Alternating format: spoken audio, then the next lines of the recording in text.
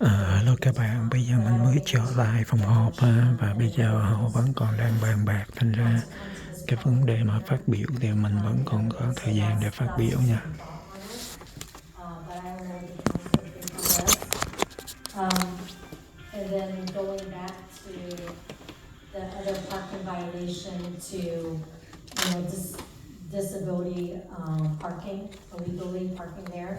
I don't know who parked at the handicap area, I don't, but if they do, I know we have the price of $356, that's kinda high already for them. I just think if we add another like $8 to $10, it wouldn't make a difference, it's already high.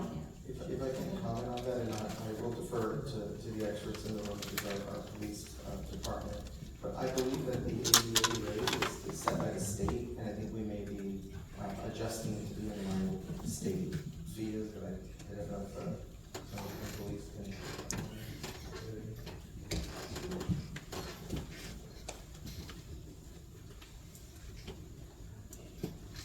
Em muốn sao là cái gì vậy? Ông cảnh sát muốn sao? I guess the question is, I guess he's trying to say, are we up to date with the state regarding, handicap parking? And, it's already high. Is it required for us to go another $10 or $8? Required, I don't know, I'd have to look into that. I know that, handicap, amounts, or violation fees, I believe are set by the state, or capped by the state. So I'd have to say, it's probably fine, but we will double check. So these can be considered cleanup items that were not addressed when the police did their citywide fines schedule or their bail schedule. So these are cleanups based on them working with their consultant and verifying appropriate fines for the city. Okay, I just know it's like $8, different, but it's already high, that's what I'm saying, with the state, complying with the state, $356. What I'm thinking is, especially with the Civic Center, thank you, Chief, I appreciate your being up here. I just think we should not doubt the people, I know this is a public place for the people to come, but we already charging them, which is $1, kind of in line with Garden Grove and Santa Ana already. Either we stick to $1.50 or just stick to the $1 that we have. I think it's reasonable for this public arena for them to come to do business. But you said you have a contract with the school as well as the court that they pay for parking, right? So the school has a certain area where the students can park on a first come, first served basis. And we have a contract with them where the college pays us, they pay us a yearly amount for access to that area, not exclusive access, because it's not exclusive, it's on a first come, first served basis. So that money comes in the form of an invoice and a check. The courthouse have their own parking lots towards the back. They're less desirable. So the paid parking system that we implemented essentially forces those that are coming to work every day or coming to the car, forces them onto their lots and out of our lots. We do have attorneys, we do have people who just choose to park in better parking spaces. So money is coming in mainly from the courthouse and from the students, and from the colleges. Okay, so from what I'm understanding, you say since COVID, you haven't enforced the $1 fee or the $4 for the day, is that correct? It's been essentially on the honor system. We have not enforced it actively. So there's been no citations issued since COVID in these lots, but we don't advertise them. The rules set by council, so they have been paying to park. As well as the college, when they were not in session, they were not paying, but once the college came back, they continued to pay as well. Okay. If I just can address the issue on the 50 cents. When we built the police parking system, when we built the parking structure, we had to update all of the paid parking systems in the Civic Center. We were able to do that as part of the city, the police department effort. At that time, it was determined that there was not a lot of change that was being used, right? 50 cents, things like that. So we ended up with a rounded, we made sure that the system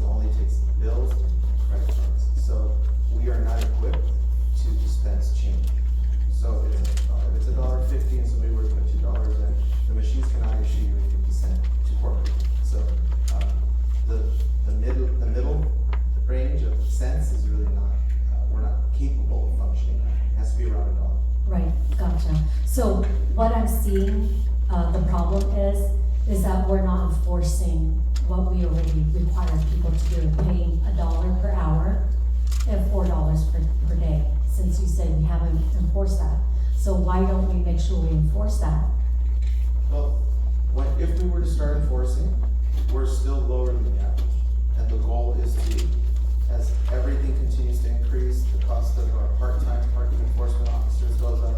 We have not gone up since 2005. So the goal is to bring us up to the average. We are significantly below the average. We're at $1 instead of $1.75, and we're at $4 a day instead of $9.67 a day when we look at the average. So the goal, when we do fees, when we bring in fees, we look at a systematic, reasonable increase. So we're bringing you this increase because it's in line with the average. It seems like it's based on the city, because if Fullerton is able to make this public civic center, their civic center free for the public, then I know we can as well, but we're not requesting that. We're requesting that you enforce the $1 per hour for everyone who parks in our parking lot, and then $4 for those who park for the day. And that will bring income as well. But we're not asking to give free for all, we're not doing that, we're just wanting to enforce what we already have. And I think by doing that, we have a win-win situation, and we're not gouging the public, and I don't want to feel like the residents feel like they have to pay more than other nearby cities, you know? Ultimately, that decision is the council's decision. Our recommendation is to be more in line with the average. I'm just gonna add to that, the traffic commission did hear this through the process and approved it as recommended. So, as far as residents coming to use the parking lot, they're not expected to pay. We have designated spaces out like we currently have. So if they're here for city business, you know, they're here for an hour or so, at the counter, they're not expected to pay. It's just oftentimes, you know, Fullerton does not have a courthouse attached to their civic center. So that's not, you know, that there's not a concern of, you know, of overflow of, you know, other folks parking, in which the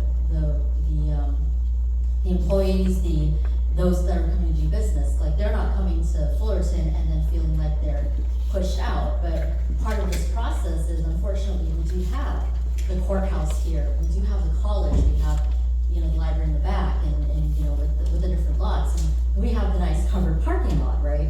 So we just wanna make sure that, you know, that the lots that were provided, the amenity that's being provided, that we are capturing, you know, capturing the funds to not only, you know, take care of the overhead costs of maintaining the lots, but just be consistent with, you know, what we're charging. Yeah, anyone that wants to come do business, we do have designated spots where we're not charging. So that's, I think that's ultimately the point. So let me confirm again, Adolfo. So you're saying that as of right now, we're not enforcing the $1 parking or $4 for the day, is that correct? Since COVID, we have not actively enforced our parking lots.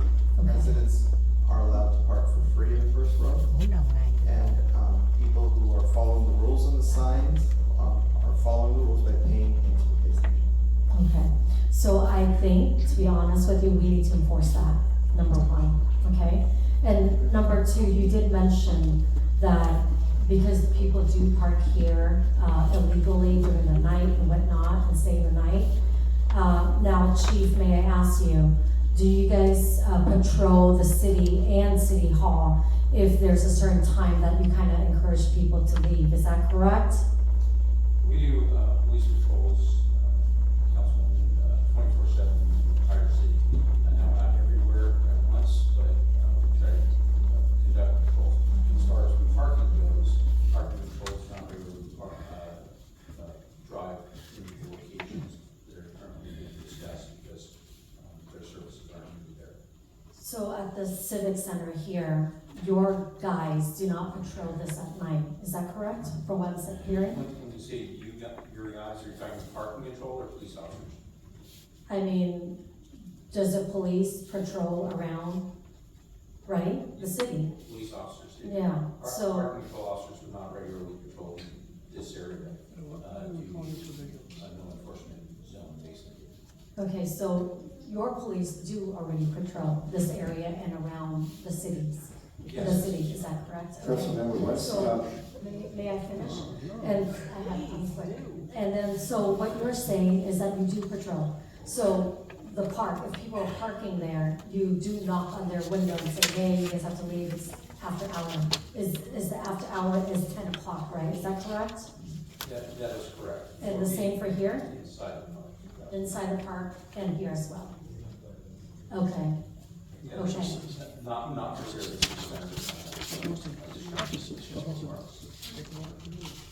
Okay, then why don't we make it the same?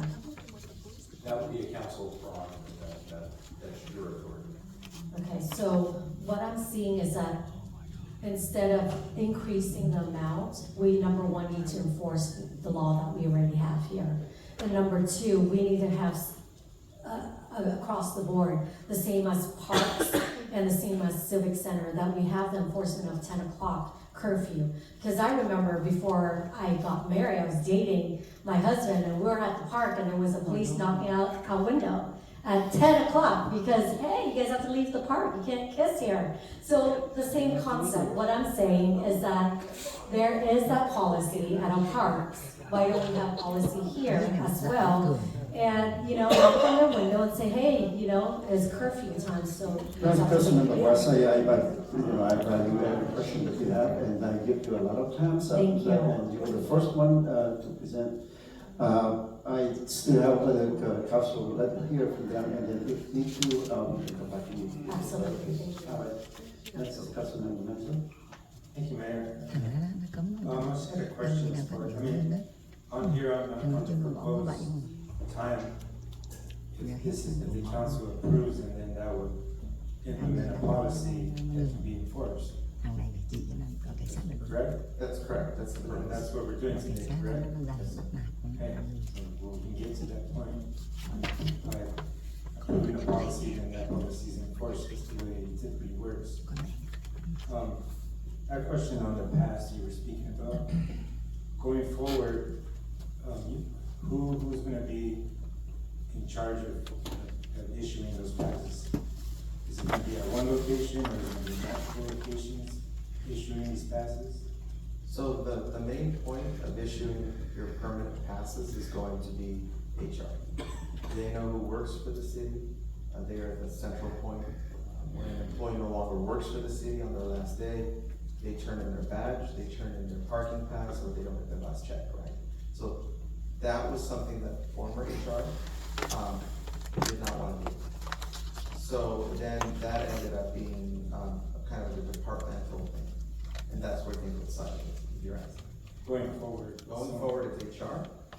There will be temporary passes that are, assigned to a key person in the building, somebody in the police department, Veronica Johnson over in City Hall, and probably someone in, community services. They will decide which patrons, that are utilized, that are signed up for a class, or which auditors are here to help Aaron, or which, special police officers are here for a training with the chief. They will get the daily passes. It's coming from the central point of contact. Okay, and then, on the machines, you mentioned they've been there for a bit.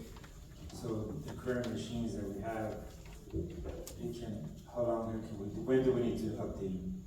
We are getting to the point where the parts are starting to get swapped out more regularly than we would like. I would say we're very close to having to make an investment. We currently pay the $22,000 a year for preventative maintenance, but that doesn't cover like all the parts, right? So it's going to become more expensive to maintain an older system. As far as when, I would say within a couple of years at the most. We need to reinvest, and that could be quite pricey. So, thank you for that. And so the proposed amounts that you have here, that's basically going to recover costs. I mean, that's what I'm gathering, right?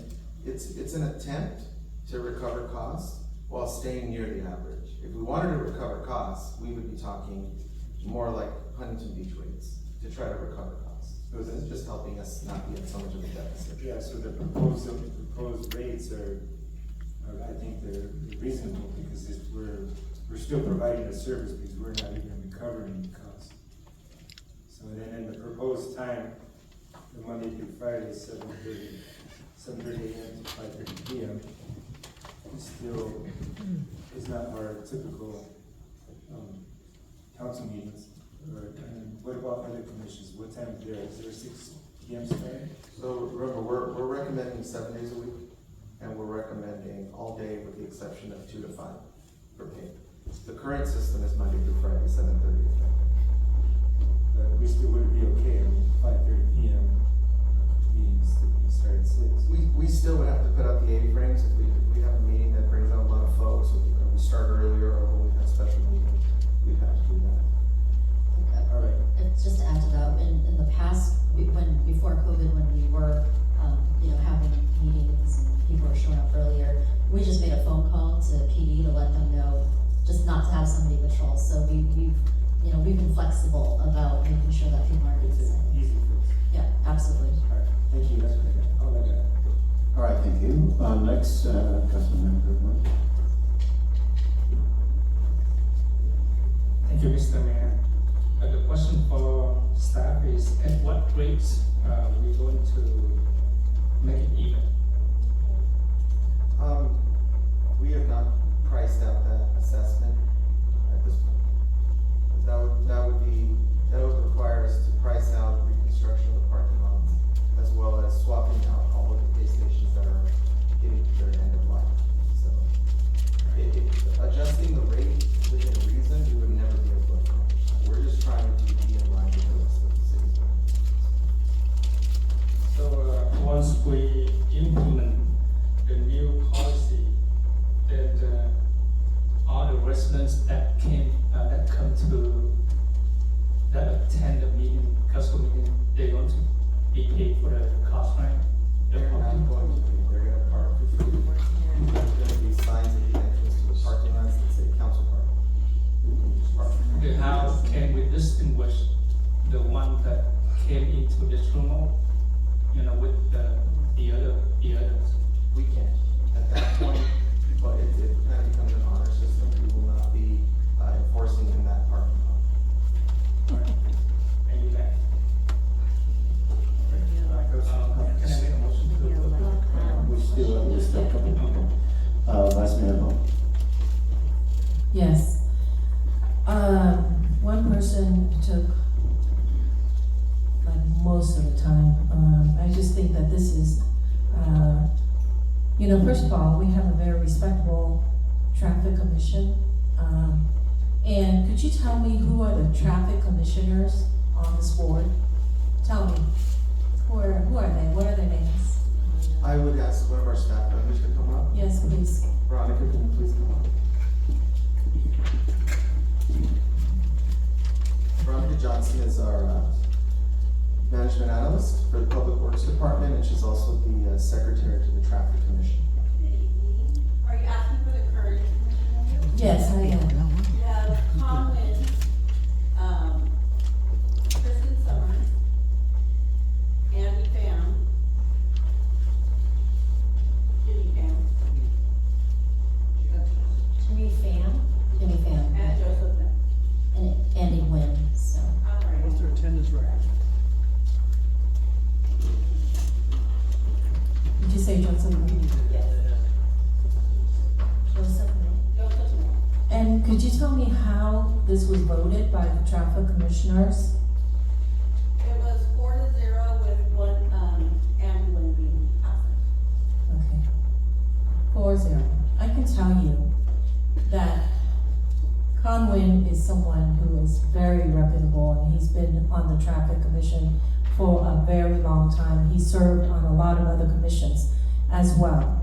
And I can tell you that sometimes I feel like certain people on the council just want to talk just to talk. And I just want to say, first of all, I heard very clearly that when people come to attend the council meetings or planning commission meetings, they are not to pay. And I think that in the past, if you start, even at a special meeting at say 3 o'clock, You're not gonna go ticket anyone from 3 on. So it's on a honor system, and also you have, pretty much given them the, I guess, the right to park even if they're from the schools or whatever. And so from 3 on, you don't ticket anyone. So for these meetings, I just want you to understand that they come, they park, they don't get ticketed. So please understand that. And I don't like the fact that the word gouge is being used. How can you say we gouge when we are so below market? And we haven't raised, as a matter of fact, the concerns was raised, I believe, by, if I remember correctly, Councilmember Monzo, about the parking rate that we have raised for a long time. And so we are so below the market rate. Or what is the market rate? If you even know how to define that. And so who pays for things like the upkeep? And what are the upkeeps? Do you even know that we as a council, as a city, have to pay for? If I may just list the upkeep so that certain people would not say that we gouge. We do not.